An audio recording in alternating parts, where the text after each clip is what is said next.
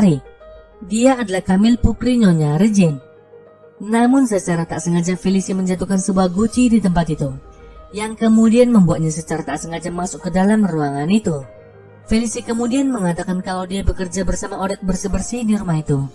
Namun Camille malah mengatakan kalau Felicie mengintipnya karena ingin melihat kehebatannya menari. Camille juga mulai menyombongkan dirinya kepada Felicie dengan mengatakan kalau dirinya akan menjadi penari balet yang sangat terkenal. Dia juga mengatakan sedang menunggu surat penerimaannya di Opera de Paris. Di saat yang bersamaan, Camille melihat kotak musik yang dibawa oleh Felicie. Dia kemudian langsung mengambilnya dari Felicie dan langsung melemparkannya keluar hingga membuat benda itu rusak. Sesaat kemudian seorang pengantar surat datang membawa surat ke rumah itu. Ternyata itu adalah surat penerimaan Opera de Paris yang dikatakan oleh Camille sebelumnya. Felicie yang menerima surat itu kemudian merencanakan sesuatu setelah memikirkan perlakuan Camille kepadanya. Pada keesokan harinya, Felicie kemudian datang ke Opera de Paris dengan membawa surat itu dan mengaku kalau dirinya adalah Camille. Namun sang penjaga opera yang menangkap Felicie sebelumnya tak percaya begitu saja dan hendak membawanya ke kantor polisi. Beruntungnya sang direktur opera datang menyelamatkan Felicie, yang percaya begitu saja kepada Felicie yang menyamar sebagai Camille. Dengan perasaan gugup, Felicie kemudian masuk ke kelas tari bersama penari lainnya. Di kelas itu, Felicie dilatih oleh seorang guru koreografer yang bernama Louis Merante. Louis kemudian mengatakan kalau mereka semua akan diaudisi untuk menari di pertunjukan The Nutcracker bersama Rosita Mauri, yaitu penari hebat yang dilihat oleh Felicie pada malam sebelumnya. Louis juga mengatakan akan mengeliminasi satu orang pada setiap pertemuan. Setelah melihat gerakan Felicie, Louis pun sangat yakin kalau Felicie akan segera tereliminasi pada keesokan harinya. Sepulang dari tempat itu, Felicie kemudian pergi menemui Victor sesuai janji mereka sebelum berpisah. Saat bertemu, Felicie kemudian memberikan kotak musik yang sudah rusak untuk diperbaiki. Victor kemudian bercerita kalau dia sudah bertemu dengan seseorang bernama Maturin dan mendapatkan pekerjaan. Mereka bekerja di bengkel Gustave Eiffel, yaitu sang penemu yang sangat terkenal di Prancis. Namun Felicie tampak tak terlalu memperdulikan cerita Victor. Felicie juga bercerita kalau dia sudah berhasil menjadi murid di Opera de Paris dengan mencuri identitas orang yang sudah merusak kotak musiknya. Hal itu kemudian membuat Victor sangat terkejut dan lagi-lagi mereka pun kembali berpisah.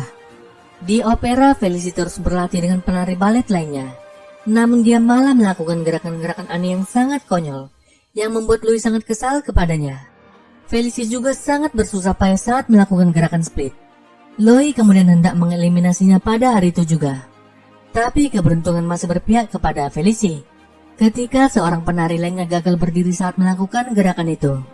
Alhasil Felicie pun berhasil selamat dari eliminasi. Pada saat jam istirahat, Felicie secara tak sengaja melihat Odette yang sedang bekerja di opera itu. Dengan cepat dia kemudian bersembunyi ke dalam sebuah ruangan yang mana terdapat seorang penari balet laki-laki yang sedang berlatih di dalamnya, yang bernama Rudolph, sang penari laki-laki yang terbaik di kelasnya. Dengan sombongnya, pria itu kemudian mulai menggoda Felicie dan teman-temannya.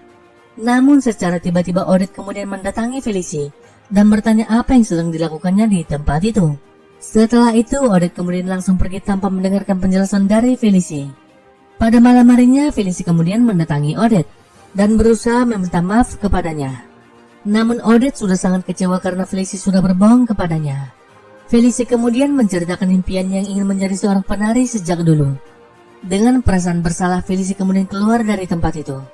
Sementara itu, Odette mengambil sebuah kotak dan mengeluarkan sebuah sepatu balet yang disimpannya. Tak lama kemudian Nyonya Regine mendatangi Felicie dan menanyakan sebuah surat kepadanya. Namun secara tiba-tiba Odette mendatanginya dan mengatakan kepada Nyonya Regine kalau tidak ada surat yang datang ke rumah itu. Setelah itu Odette kemudian meminta Felicie untuk latihan bersamanya besok pagi.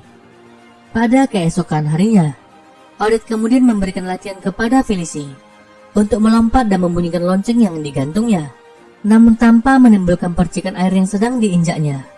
Setelah itu Felicie kemudian terus mencoba melompat dan membunyikan loncengnya.